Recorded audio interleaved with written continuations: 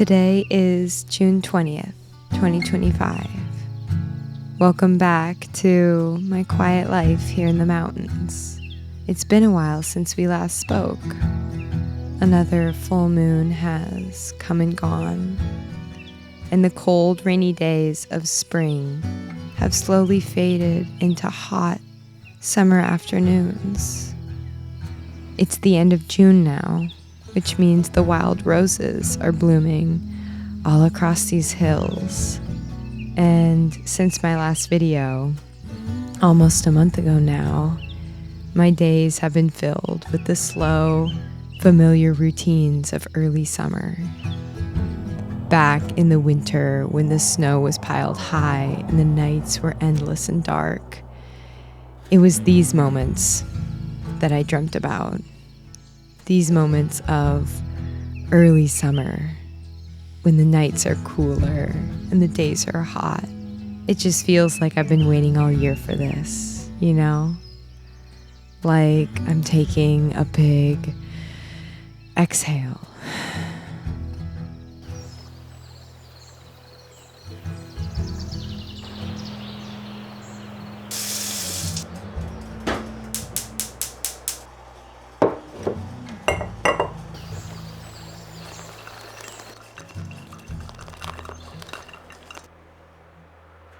Good morning, you guys. It is pretty early. I just walked up to the top of this mountain to watch the sunrise, and I brought my coffee. Kind of cold now, but that's okay. These days in the end of June, it's been getting really hot here, so I've been waking up at around like 4 a.m. most days, and I'll come up here to the top of the mountain and just like drink a warm coffee. And it's like the best feeling in the entire world, truly. And now the sun is coming out. Oh my gosh, wow. I really think it, you guys. The key to living a happy life is just enjoying the small things. You know, the feeling of the sun hitting your skin on a cold June morning. The feeling of the first sip of coffee in the morning. Jumping into a cold body of water on a hot summer day. Nothing I have ever bought has ever felt as good as these things. The simple things of standing up here and feeling the sun on my skin. Wow, it's gonna be such a beautiful day today. Oh. It's so easy to get caught up in the idea that life will be better later. That someday, once we figured everything out, or made more money, or moved to the right place, or finally became the person we're trying so hard to be, then we'll be happy. But I think that's how whole years pass without us even realizing it. At least, that's kind of how it's been for me. Back in winter, I had this moment where I thought, I'm working so hard, running so fast, doing so much, and for what? Because time is passing and I'm not really enjoying any of it anymore. Since that moment, I haven't really posted much on here. I've made very little money these past 6 months, but I've gotten my time back, my peace. And maybe for the first time since moving here, I've actually let myself enjoy. And that's when it hit me the other day. No amount of money has ever felt as good as peace feels. Because in the end, it's not about building some perfect life. It's about noticing the one we already have. I have been waiting for this moment for so long. The wild yarrow is blooming. I'm gonna go pick a bunch up in these mountains because I have a plan. Okay, I really quickly want to show you guys my favorite plant. Look at this. This is mock orange and it smells so good. Oh my gosh. It blooms twice too, which is really cool. It blooms in like May and then it also blooms in now, so I guess late June. I just want to show you this one more time. It's the most incredible plant. Look at this. Look at this. It smells so good. It seriously smells like vanilla and citrus. It's the coolest plant. I love it so much. Anyways, I'm gonna go search for my yarrow. So tonight I am searching these mountains for as much yarrow as I can find because I'm going to dye some fabric with it. Yarrow is honestly one of the most amazing plants. It grows wild all over the place and is usually super abundant this time of year. I even saw a huge patch of it on the side of the highway the other day. And yarrow is just so incredible. You can dry the flowers and infuse them in oil for a few weeks, and that oil is so good for your skin. But you can also make a tea from it and drink it. Yarrow is a gentle nervine, which means it helps calm the nervous system. It's especially good if you deal with anxiety. It's also great for digestion, and if you got a fever or cold, it can really help ease those symptoms.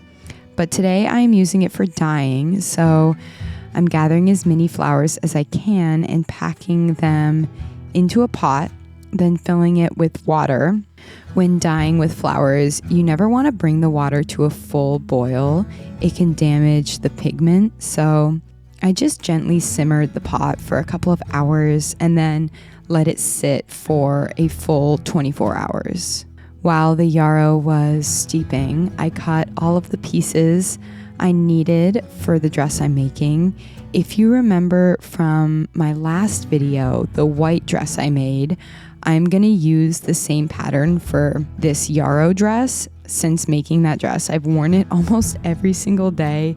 It's just like the most comfortable design because of the way the waist is. So I want to make it again, but just like a different color. So after a full 24 hours of letting the yarrow steep in the water, I removed the flowers to make room for the fabric. Then I added the fabric to the dye bath and I let it sit for about a day. Everything I read on the internet said that yarrow turns fabric yellow or green. That did not happen to me. It ended up turning a really kind of unexpected brownish color. It is possible that I heated the water too much and destroyed the pigment in the flowers. I'm not really sure what happened and how this turned brown, but anyways, after rinsing the fabric out, I decided to darken the color by making an iron bath. I've been leaving my cast iron pot outside on purpose to get it as rusty as possible for this reason. I just added some boiling water to the pot, and that just essentially creates like an iron water solution. Iron can darken plant-based dyes really quickly, so I tested like a small piece and I thought it looked pretty good, so I just soaked all of the pieces in the iron bath for just a couple of minutes, and that's all it took to completely change the color. And then I just rinse it out really quickly and hung the fabric up to dry.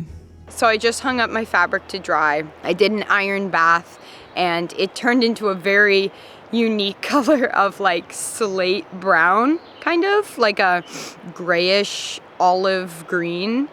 I don't know, I've never seen this color before. That's something that's kind of cool about plant dyeing, is you can create these colors that you've just like never seen before. So I think this dress is gonna turn out really cool. So what I love about this time of year is how good the water tastes. Oh my gosh, it is like so good.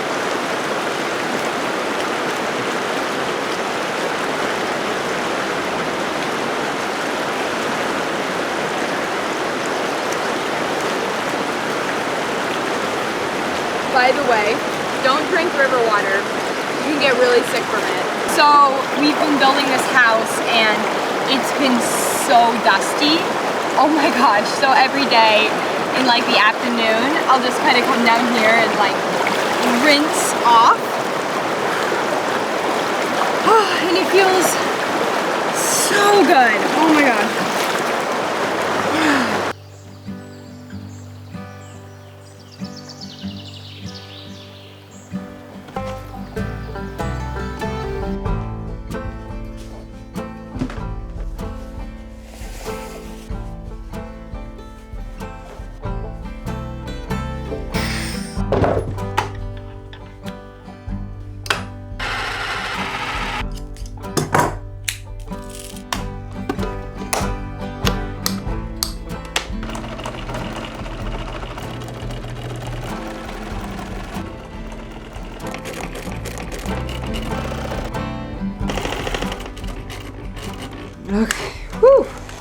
Wow, that last part was challenging. Okay, so this is the waist. I want to show you a trick on how you can make it even more like kind of cinched. Okay, to finish this is you want to grab your iron and steam it, and then it'll kind of like cinch it up even tighter.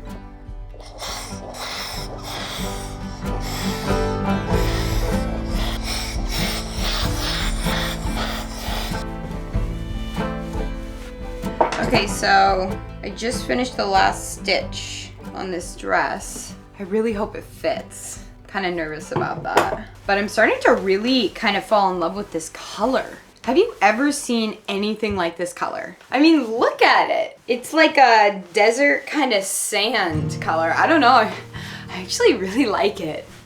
So I wanted to give you all a little update on the bakery idea I've been thinking about. The other day, I had this thought. Maybe it's kind of a bad idea, but I started wondering if I should just start selling my baked goods and sourdough bread on the side of the road.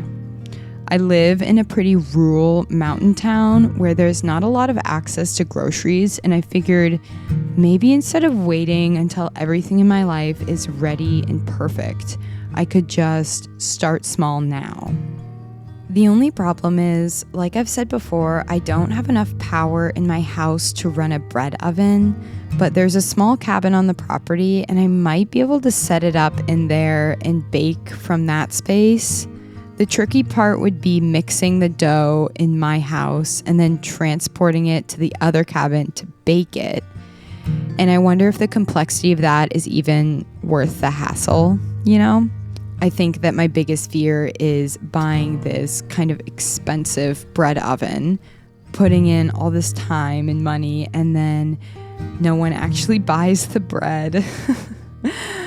I care a lot about sourdough and long fermented bread and baking with ancient grains, but I don't know if other people really value that the same way. Like, would anyone feel like it's worth it to buy, you know?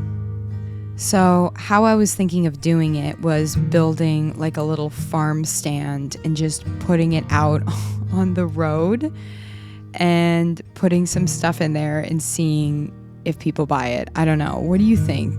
Do you think this is like a totally bad idea? Anyways, today I made a coconut cake for my sister's birthday. She's been asking for one for years, and for whatever reason, I never got around to it until now. And let me tell you guys, this turned out so good. I added sourdough starter to the cake layers and it made them super moist and fluffy. I am definitely gonna make this cake again.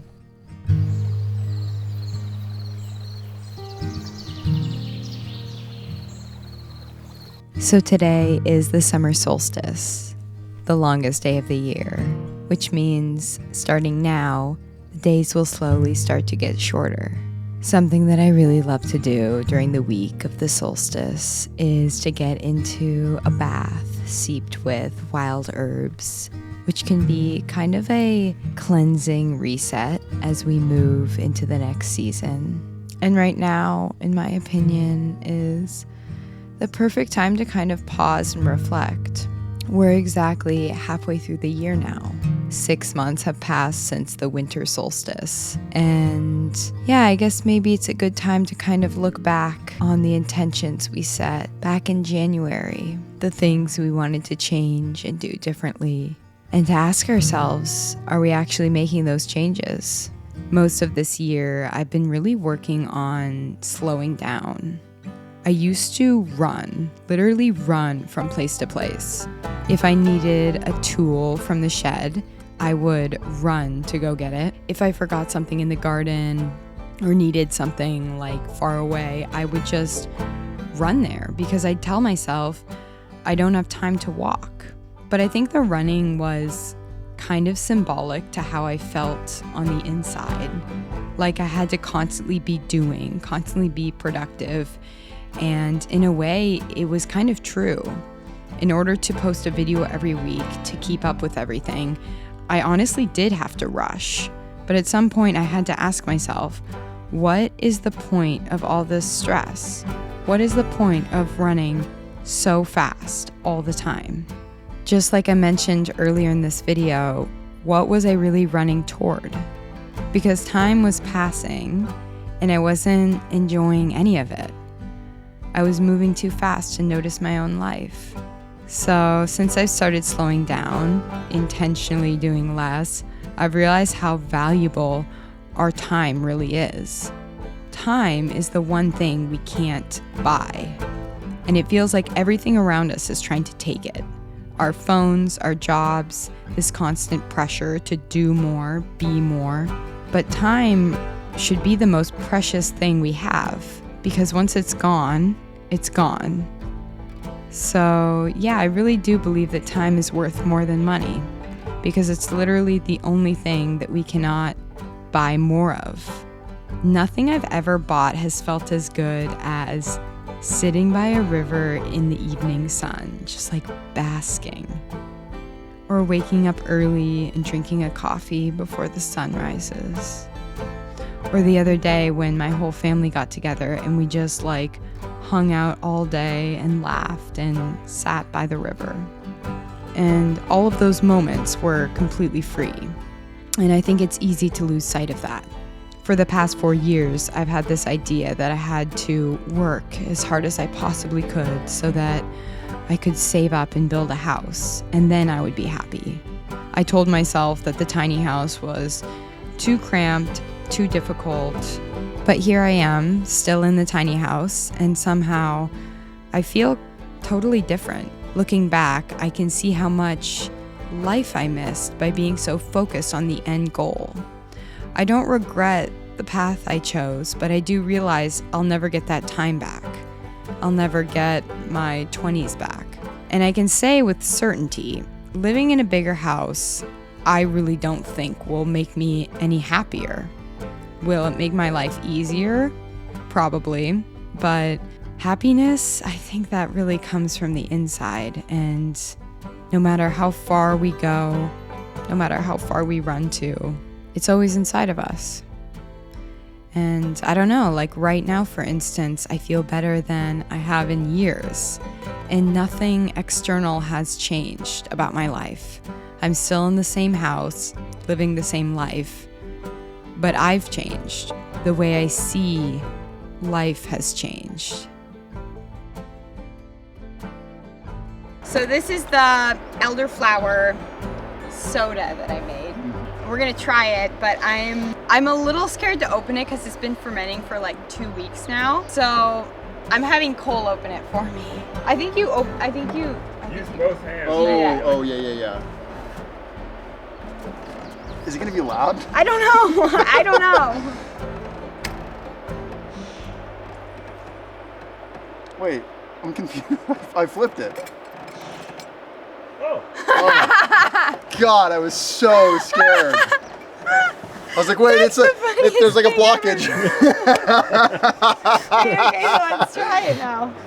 The last time I made elderflower soda, it exploded everywhere. Oh my gosh, it made such a big mess. So I was very nervous to open this bottle, but I don't think I ended up fermenting it for long enough. So I left it for another couple of weeks and then opened it a couple of days ago, and it was perfect. Oh my gosh.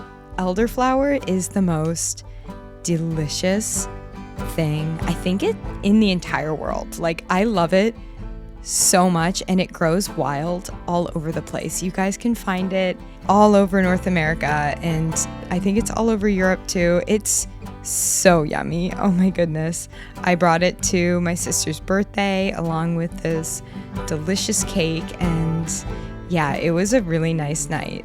Happy birthday, dear Mama. Happy birthday to you. Okay, you can help me closer. Right there. So this is how the yarrow dress ended up turning out. I think it turned out really nice. I like it a lot. And yeah, thank you all so much for watching this video. And I will see you all very soon. Okay, bye-bye.